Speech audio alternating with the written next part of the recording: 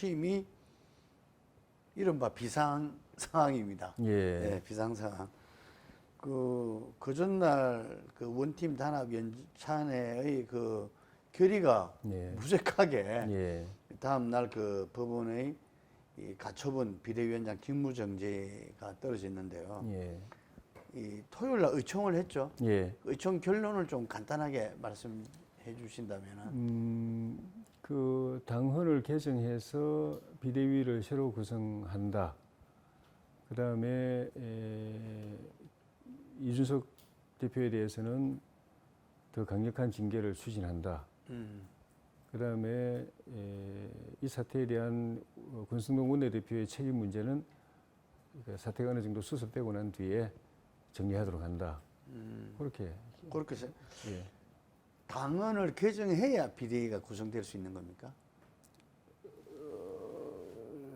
지금도 기존 당헌에 의해서 구성이 됐지만 네. 이 기존 당헌에 의해서 구성된 게 법원으로부터 사실상 무효 판정을 받았기 때문에 이 당헌을 가지고 또 비대위를 구성하면은 또 예. 법원은 그 직무정지 결정을 내릴 가능성이 거의 100%라서 그래서 절차상 하자가 없게 해석상 하자가 없게 법원이 다시 이 문제에 개입해가지고 직무정지하거나 하는 그런 조치를 할 수 없게 당헌 자체를 완벽하게 그전에는 원론적인 규정으로 되어 있어서 그 해석상의 논란이 있어가지고 법원의 개입이 이루어졌는데 굳이 해석을 하지 않아도 의미가 명확하게 하고 그에 따라서 이제 새로 비대위를 만들어야 정치적으로 물론이고 법적 분쟁의 소지도 없다.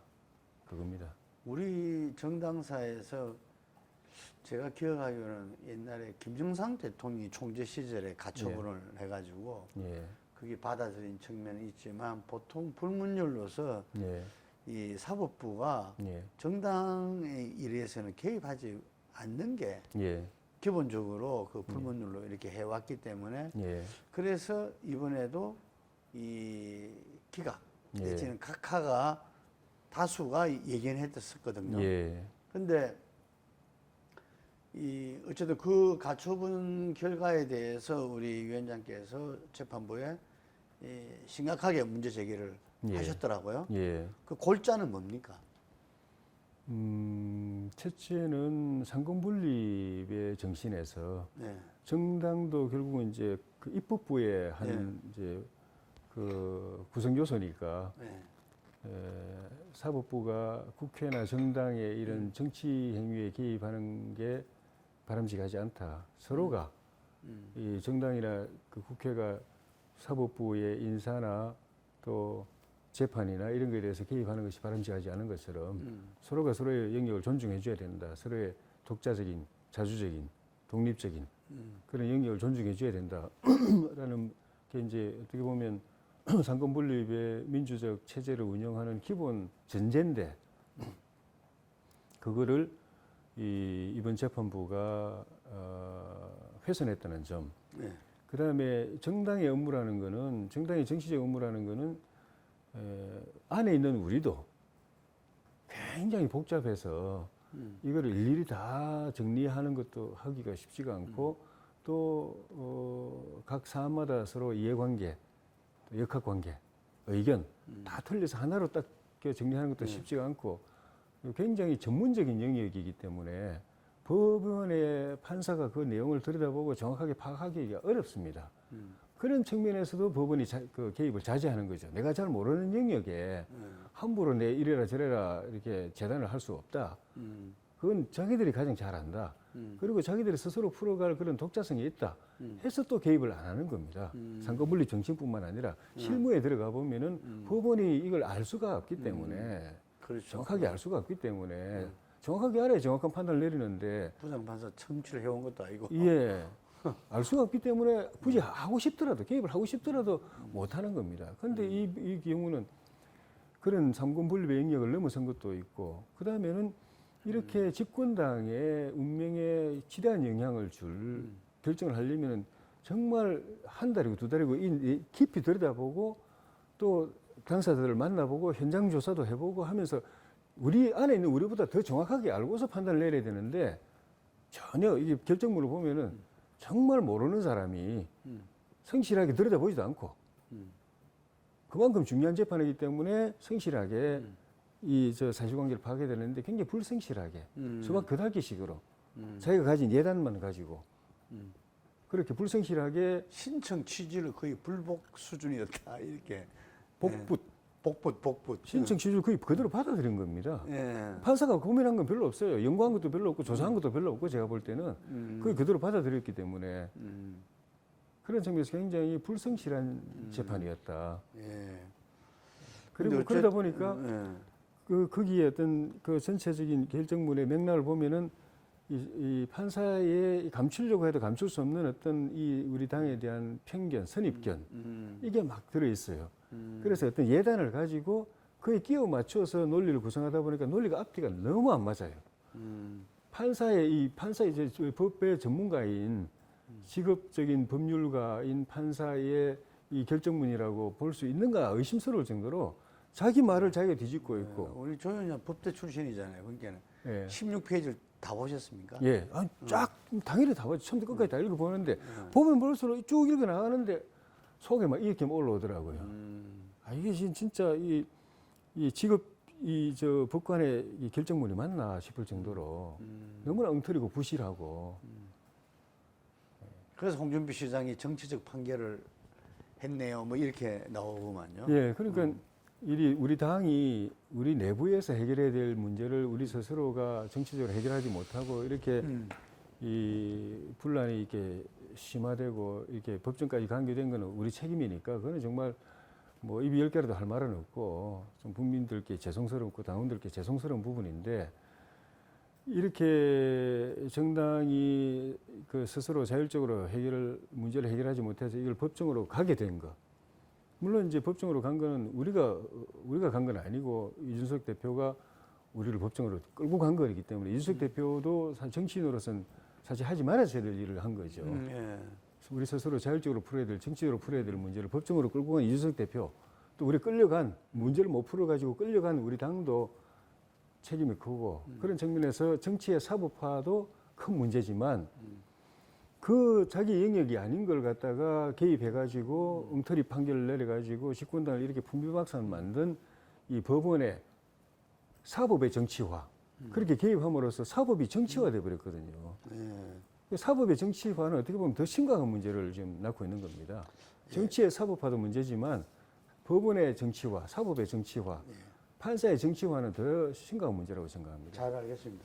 이 집권 여당의 그 이러한 그 사태에는 예, 윤핵관이라는 용어가 있어요. 예, 지난 대선 때부터 예. 이준석 전 당대표가 붙인 거죠. 예, 그 윤핵관이라는 사람들이 처음 보는 용어잖아요. 이게. 예, 지금 완전 고유명사로 이제 삼척 동자도 예, 다 알만한 그게 됐어요. 예, 그 우리가 그동안 정권에서 보면은 정권을 만든 사람들, 예, 핵심적인 사람들이 초기에는 대체로 뒤로 물러나 있잖아요. 예, 이게. 그래서 그런 부분들이 또 어찌 말하면 아름다운 전통으로 예, 그걸 해온, 그거 다 이유가 있을 거 아닙니까? 예, 국민들이 기준에서 봐야 돼요. 국민 눈높이에서. 예, 여론조사라든지 이런 걸 쭉 보면 거의 70% 정도가 예, 좀 윤핵관의 좀 뒤로 물러서는 모습을 예, 기대하는 것 같아요. 예.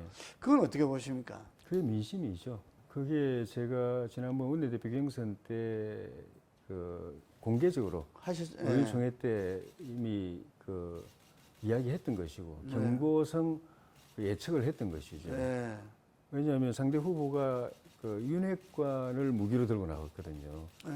그러니까 자기 무기로? 예, 대통령의 이렇게 집권 초기에 집권당 원내대표는 대통령하고 잘 통하는 사람이 해야 된다. 대통령에 힘이 실린 사람이 해야 된다.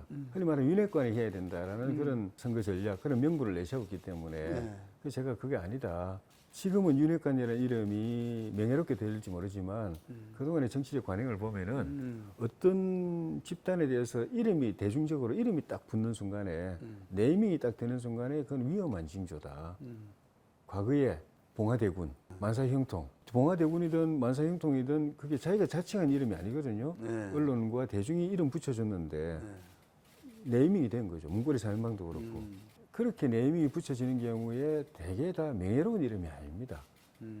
대개 다 경계심이나 불안감 또는 그 실망이나 불만이 그런 형태로 표출되는 거거든요. 그 윤핵관이라는 이름이 붙었을 때는 그 위기감을 느껴야 된다. 긴장해야 된다. 이게 명예로운 이름이 아니다. 앞으로 물론 잘해서 이름이 명예로운 이름이 되면 좋지만 그동안의 정치권의 관례를 보면은 그 끝이 되게 이렇게 이름이 붙어가지고 끝이 좋았던 데가 별로 없다. 네. 라고 이야기를 하는데 어쨌든 그 선거에서는 그 윤핵관의 그 네임 파워 때문에 네. 어쨌든 이제 많은 표를 얻어서 당선됐는데 지금 뭐 몇 달 안 돼서 벌써 네. 그 이름이 지탄의 이름이 되고 규탄의 이름이 되고 표적이 되고 책임져야 된다는 그런 이제 그 대상으로 지금 권성동 원내대표의 어떤 사퇴 예. 내지 퇴진을 촉구하는 목소리들이 나오는데 예. 옛날 같으면 그게 제일 앞장서야 될 사람이 예. 우리 조 위원장이신데 그 부분에 대해서 지금 그럴 때가 아니다 예. 라고 선을 그었어요. 예. 그래서 본인이 원내대표 선거 때 붙었던 당사자라서 그런 건지 예. 조금 이렇게 헷갈리더라고요. 그 점은 당연히 있는 거고 예. 근데 그거보다는 이 이준석 대표를 중심으로 한 이 사태가 오게 된 큰 원인이 제가 의총 때도 여러 번 이야기했지만은 생각의 차이, 이해관계 차이에도 불구하고 큰 목표를 위해서 같이 단합을 했던 네. 서로 그걸 갖다가 그 감싸주고 안아주고 또 용인해주고 단합을 했던 원팀 정신이 무너진 데 이 가장 큰 원인이 있다. 그 지금 당이 또 이렇게 그 엄청난 위기에 빠졌는데 이 위기 상황에서 또다시 네가 잘못했고 네가 책임지고 네가 나가라 이러고 있으면은 이게 해결이 되겠느냐 하는 그런 취지. 그리고 책임을 따지자면은 이준석 대표가 책임이 제일 크죠. 대선 때부터 제일 그렇게 분란을 일으켰고 그 뒤에 그 어쨌든 아직 경찰 수사 결과가 안 나왔지만은 본인의 의혹과 관련돼서 문제가 또 다시 생긴 거 아닙니까? 네. 물론 그걸 밝히지도 않았는데 수사 결과도 안 나왔는데 무리하게 그 징계를 강행한 윤리위도 책임이 크지만은 네. 어쨌든 간에 본인과 관련된 일들이니까 네. 이게 또 본인이 책임 일정 부분 있는 거고 네. 그보다 더 심한 거는 거기서 자기가 정치적으로 이렇게 방어하기 위해서 결국은 대통령까지 공격하고 직격하고 그것도 비아냥하고 조롱되고 모욕하고 당에 대해서는 재판을 걸어가지고 이렇게 당을 완전히 분배해서 만들고 그 책임이 제일 크죠. 근데 그 이준석 대표도 어쨌든 우리가 국정이 잘 되고 나라가 잘 되려면은 아파도 같이 껴안고 가야 된다고 제가 주장하고 있는데 그보다 훨씬 더 책임이 그래왔죠. 적은 사람을 당신 그만두라 책임지라 이렇게 말하는 게 맞으냐. 그리고 책임을 따지자면은 그 사람만 책임이 있냐. 원내대표만 책임이 있냐. 우리 중진들은 책임 없냐. 이 사태 올 때까지 중진들은 뭐 했냐. 다 뒷짐지고 쳐다만 보고 있었지. 뭐 해결책을 제시한 적이 있냐. 해결을 위해서 노력한 적이 있냐. 그 점은 스스로 또 다 부끄럽다고 저는 생각하거든요. 자기도 다 노력을 했는데 더 큰 잘못이 있어가지고 했다면 그 사람한테 뭐라고 할 수 있겠지만은 이 사태가 이렇게 오기까지 우리 중진들이 사실은 역할을 제일 크게 해야 될, 미리 예방도 하고 문제가 터지면 그걸 갖다 풀어내야 될 책임이 제일 큰 사람들이 중진 우리 국회의원들인데 역할을 했느냐. 그 부분은 사실 그래놓고 누구 책임이다, 누구 물러나라라고 말하는 게 맞으냐. 권성동 원내대표가 오늘 비대위에서 예. 본인이 그 새로운 비대위를 출범시키고 예. 본인 거치는 본인이 판단하겠다. 예. 이렇게 이야기를 했어요. 예. 그런데 새로운 비대위가 어쨌든 좀 비대위가 될 수밖에 없잖아요. 전당대회를 하기 전까지는. 예. 그럼 비대위가 어쨌든 간에 이 뭔가 이 국민적인 좀 신뢰 예. 그리고 영이 또 서고 예. 이 그래 당에서도 예. 해야 될 거 아닙니까? 예. 근데 그런 비대위가 가능하니라 보십니까? 지금 권 대표 지금은 예. 그 권 대표 역할은 사실은 이제는 이제 새 비대위를 만들기 위해서 당헌을 개정하고 네. 또 새로운 비대위원장 또 비대위원을 구성하고 네. 하는 과정에서 절차적인 역할을 해야 되는 거고 그거는 일부에서 말한 것처럼 권성동 대표 물러나고 원내대표를 새로 뽑더라도 그 원내대표가 하는 역할은 자기가 뭘 주도해서 앞장서서 뭘 하는 게 아니라 새 당헌 개정하고 새 비대위를 구성하는 절차적인 직무대행, 당대표 직무대행으로서 절차적인 역할을 하게 되는 거죠. 그건 누군가 해야 됩니다. 새 원내대표가 하든. 근데 실제로 보면은 누구를 비대위원장으로 모시는가 예. 이게 중요하지 않습니까? 그래서 저는 지난번에 비대위원장 선임 때도 할 수 있으면은 외부에서 좀 네. 명망이 있고 덕망이 있고 네. 또 국민의 신뢰를 받는 분이 그걸 모셨으면 좋겠다. 그렇게 이야기를 한 게 왜냐하면은 방금도 말씀드렸지만은 우리 당내에 있는 분들은 5선이든 4선이든 3선이든 네. 이 사태에 대해서 다 공동 책임자들 아니냐. 예. 원인 제공을 한 사람도 있지만은 원인을 제공 안 했더라도 이 사태 벌어지어서 이 당이 이렇게 골물 때까지 아무 우리가 역할을 못 했지 않냐. 네. 해답도 제시하지 못한 거 아니냐. 네. 그런데 뭐 비대위원장이나 비대위원이 된다고 해서 무슨 답을 내놓겠느냐. 그러니까 우리는 비대위원으로 참여를 해가지고 외부에서 모셔온 비대위원을 잘 이렇게 보조하고 조언해가지고 당내 문제를 풀어가도록 하는 데 있어서는 중진들이 비대위원으로 들어가는 것은 일단 의미가 있다고 본다. 그런데 다 비대위의 상징, 지도부의 상징이고 이걸 이끌어 가야 되고 국민의 신뢰와 지지를 끌고 가야 될 이 비대위원장은 우리 안에 있는 사람들은 내가 볼 때는 아닌 것 같다라고 그때 이야기를 했었는데 결국은 또 당내에서 비대위원장을 조윤영 얘기하는 게 다 현실화되고 있네요. 예, 이게 저도 생각할 때 그런 것 같아요. 이번 비대위원장만은 예, 이 당에서 어쩌면 책임론이 자유로운 사람이 예. 없다는 이야기잖아요. 예. 이게. 저도 포함해서 마찬가지죠. 예. 그래서 또 외부에 또 이렇게 신뢰받는 사람들이 다 있잖아요. 예, 예. 예, 알겠습니다. 근데 좀 전에도 이야기하셨는데 이준석 전 대표가 가처분 전과 후가 예, 평이 상당히 많이 달라진 것 같아요. 예, 가처분 소송 이후에 예, 하는 거는 저거는 뭐 같이 할 사람으로 안 보인다. 예. 이런 게 야당에서도 그러더라고요. 예, 그거를. 그래서 이 뭐야 혹자들은 예, 뭐 신당을 생각하는 거 아니냐. 예, 당을 같이 할 사람이 어떻게 저런 이야기까지 하느냐. 예. 이런 말들을 하거든요. 어떻게 보십니까?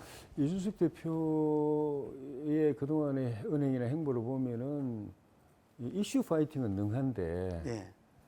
이 정치적인 판단력은 굉장히 좀 부족한 것 같아요. 아, 그러니까 오판이 많아요. 정치적으로 보면 오판이 많아요. 자기는 산다고 하는데 사는 길이라고 하는데 보니까 죽을 길로 가고 있고 아, 자기한테 도움되는 행동이라고 하는데 보니까 오히려 마이너스가 되는 행동을 많이 하는 걸 보면은 그런 정치적 판단력은 굉장히 떨어지는 것 같아요. 아, 이게 잘 몰라서 그런 측면이 많네요. 예, 그래서 그런 그 판단력으로 보면은 신당도 생각할 가능성이 있다고 봅니다. 신당을 할 수 있겠다. 신당을 하면은 뭔가 비전이 있겠다라고 오판할 수도 있다고 봅니다. 그런데 오판이죠.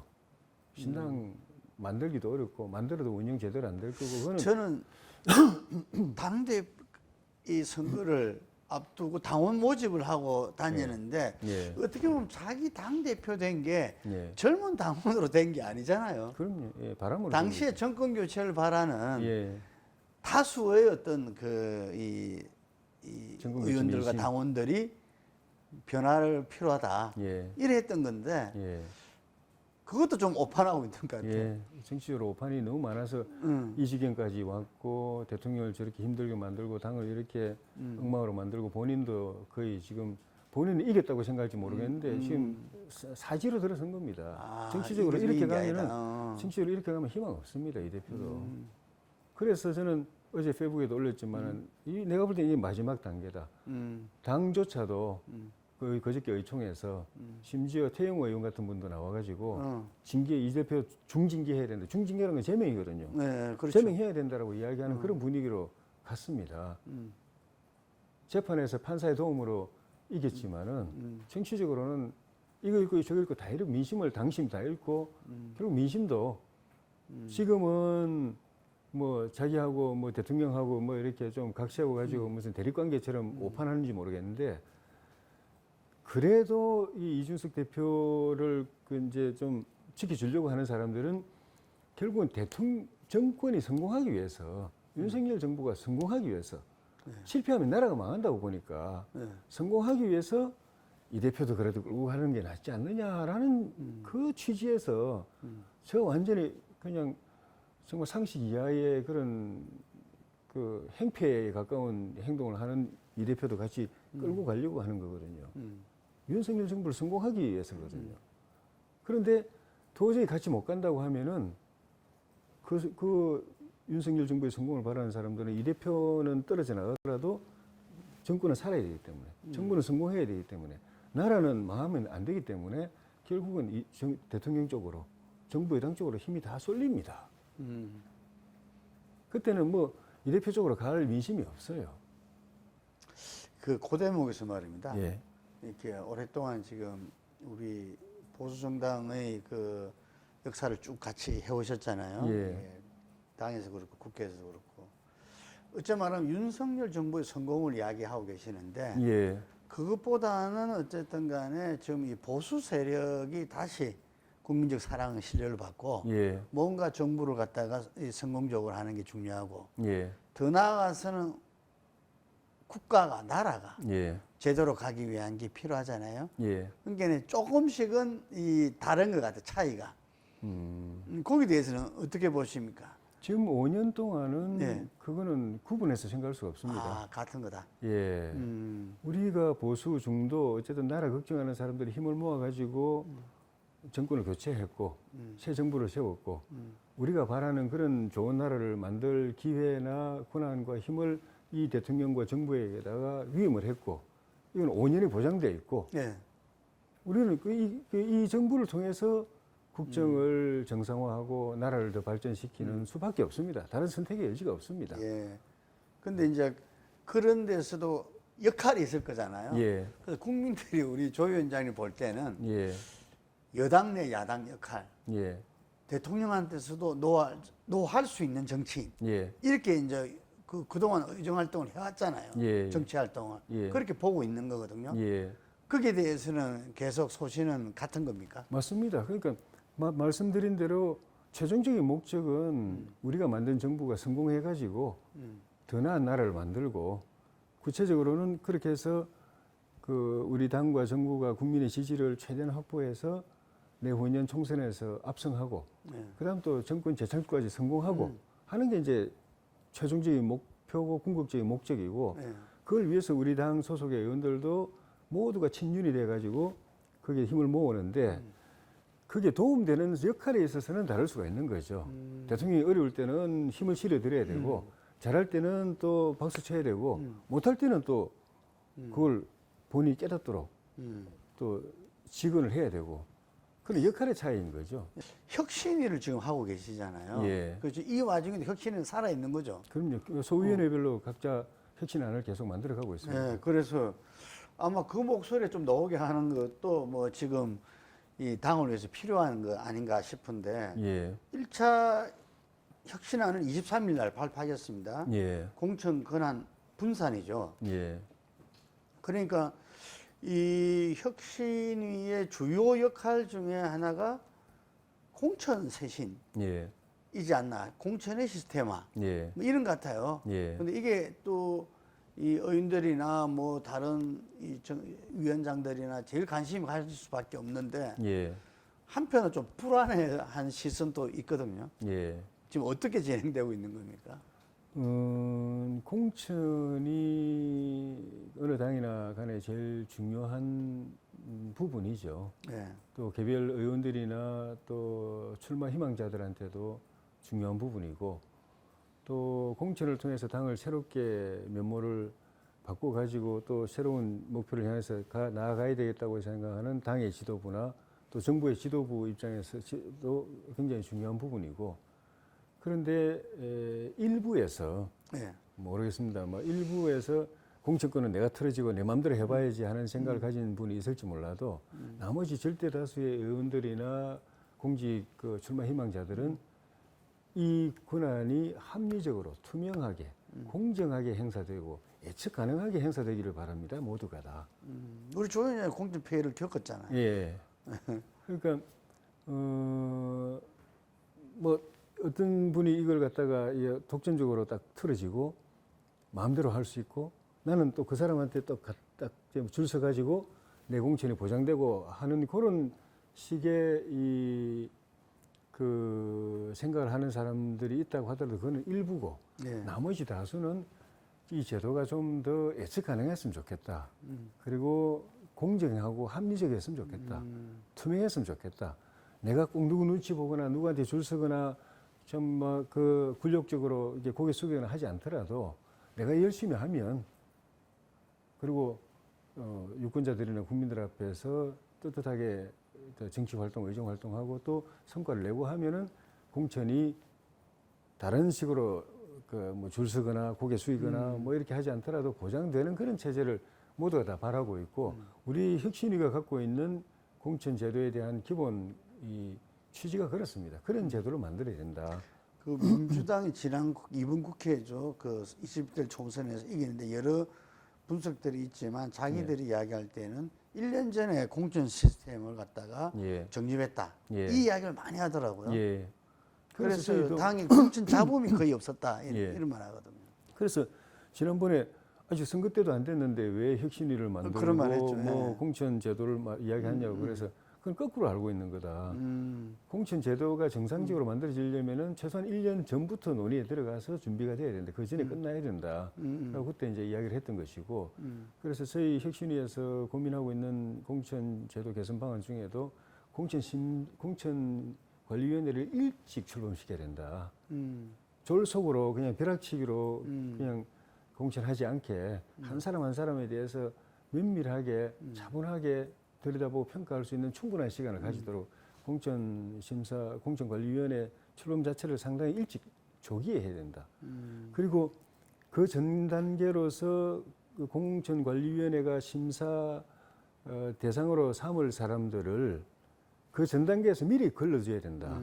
그 걸르는 거는 윤리위원회에서 해줘야 된다. 아, 그 윤리위원회는 더 일찍 이런 그 공천 심사 대상이 될 만한 사람이냐 아니냐.